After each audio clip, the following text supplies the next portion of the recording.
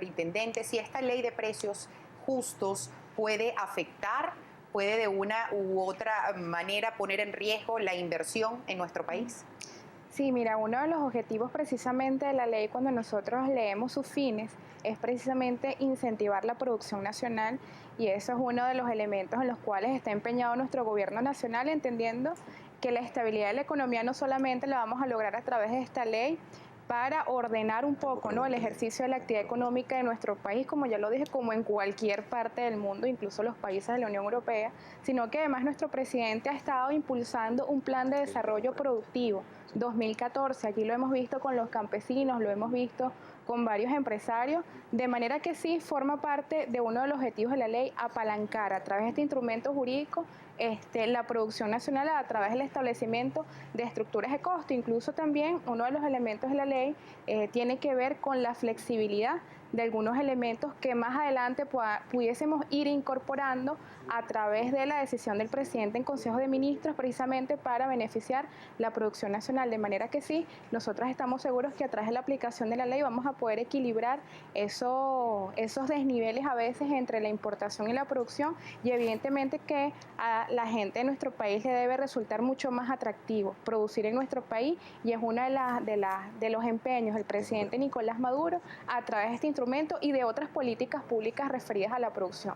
Nosotros tenemos que ir hacia el avance de una cultura de la producción nacional, ir hacia la producción de bienes y servicios en Venezuela. Nosotros estamos seguros, por ejemplo, tenemos muy buenas expectativas con el crecimiento del sector turismo este año en nuestro país, y creo que todas las expectativas están puestas en eso, de manera que sí, estamos seguros que va a beneficiar la producción nacional. ¿Van a haber sanciones para aquellos comerciantes, para aquellos sectores que no se adapten a este tope máximo de ganancia máxima de 30%? Entre esas sanciones se establece quizás el cierre de estos establecimientos, y si hay cierre de estos establecimientos, el Estado, el gobierno venezolano tiene la capacidad para garantizar lo que tiene que ver con el abastecimiento de los productos a los venezolanos.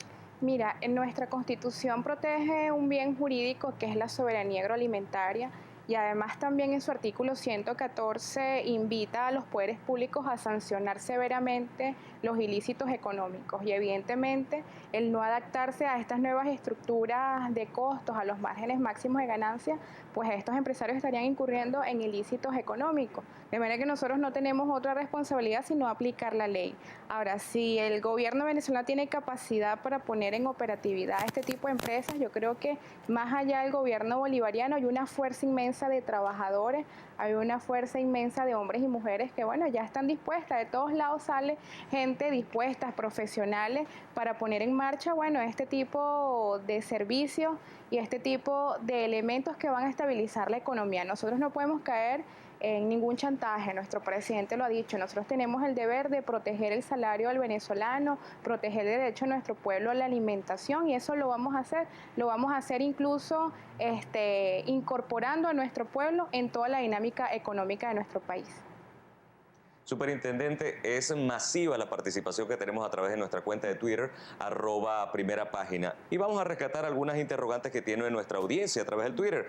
Le preguntan, ¿y los que no tenemos acceso a los dólares de SICAD, cómo hacemos? Otra pregunta, dicen los superintendentes, el gran problema de nosotros, las pymes, es el costo de reposición. Todas las semanas nos lo aumentan. Y tenemos otro oyente por el Twitter que dice, es evidente que cada vez que se regula desaparecen los productos. Ejemplo, la carne, la leche, el pollo. No hay en Pedeval. ¿Y por qué? Bueno, precisamente uno de los elementos que nosotros evaluábamos como aspecto fundamental para estabilizar la economía es establecer estas nuevas estructuras y parámetros.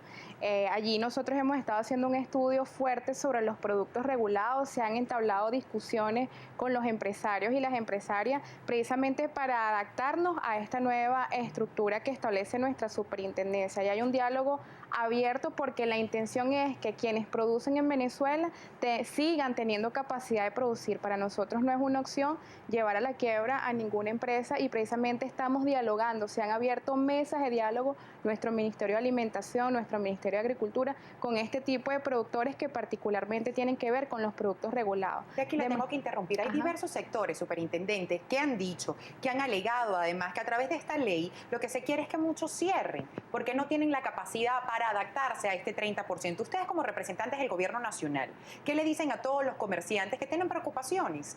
¿Cuál es el discurso, cuál es el mensaje directo que usted como representante del gobierno nacional le dice a todos los comerciantes y a todos los empresarios que están preocupados? Mira, yo con mucho respeto le diría a los empresarios, a los comerciantes, que leamos la ley, que leamos la providencia y estudiamos un poquito de economía. O sea, el margen máximo de ganancia es lo que va aparte del costo de producción, es lo que con lo que se queda el empresario para comprarse su avión, para comprarse la ropa, o sea, es la ganancia, aparte de las estructuras de costo, de manera que todo lo demás va a estar regulado y va a estar adaptado a lo que le cueste al empresario producir en Venezuela un bien, un servicio. De manera que no entiendo la preocupación, porque el margen máximo de ganancia es la utilidad, lo que va aparte del costo para producir el bien. O sea, la ganancia interna, mira, fíjate, hay sectores económicos internacionalmente que el margen máximo de ganancia lógico es 2% y es rentable para la empresa por la rotatividad de ese bien, por lo menos en alimentos.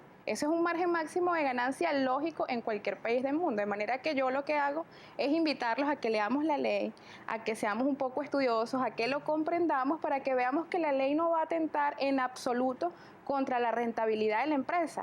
De ganancia es sobre, aparte de las estructuras de costo, lo he dicho varias veces, pero bueno, yo creo que es normal, estamos en un proceso de adaptación, de aprender cosas, de estudiar cosas, y yo creo que ese proceso de aprender debe ser colectivo, principalmente para nuestros empresarios y para nuestras empresarias. Cuando leamos la ley, cuando entendamos realmente el espíritu de la ley, nos vamos a dar cuenta que no es una ley que atente en absoluta contra el empresariado, sino que más bien va a beneficiar a todos los eslabones de la cadena productiva, principalmente a los comerciantes. Tenemos muchas inquietudes acerca de personas que son inversionistas por el tipo de Twitter. Me voy a permitir leer nuevamente primera página, dice Jan Bracho: si importo a 6.30 o se importó a 6.30, ahora me salen 11.30, significa incremento del 55.75% más el 55% de inflación.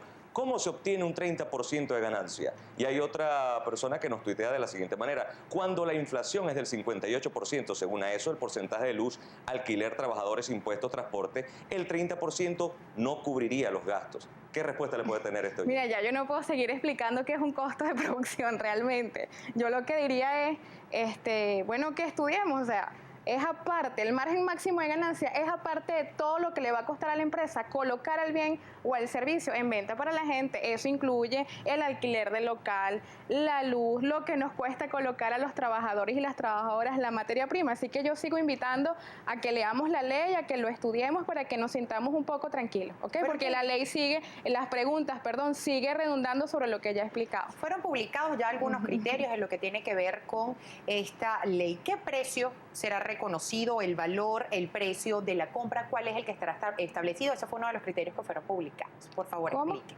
El precio, ¿qué precio será reconocido a la hora que compre el comerciante? ¿Qué precio será establecido? Fueron algunos de los criterios que se publicó en cuanto a la ley de costos y precios justos, porque hay muchas dudas, ciertamente. Hay muchas personas que por la novedad no han podido adquirir lo que tiene que ver con la ley y por eso pues se aprovecha la oportunidad. ¿Qué precio, qué valor, qué precio será reconocido en el valor? ¿El precio de la compra será reconocido?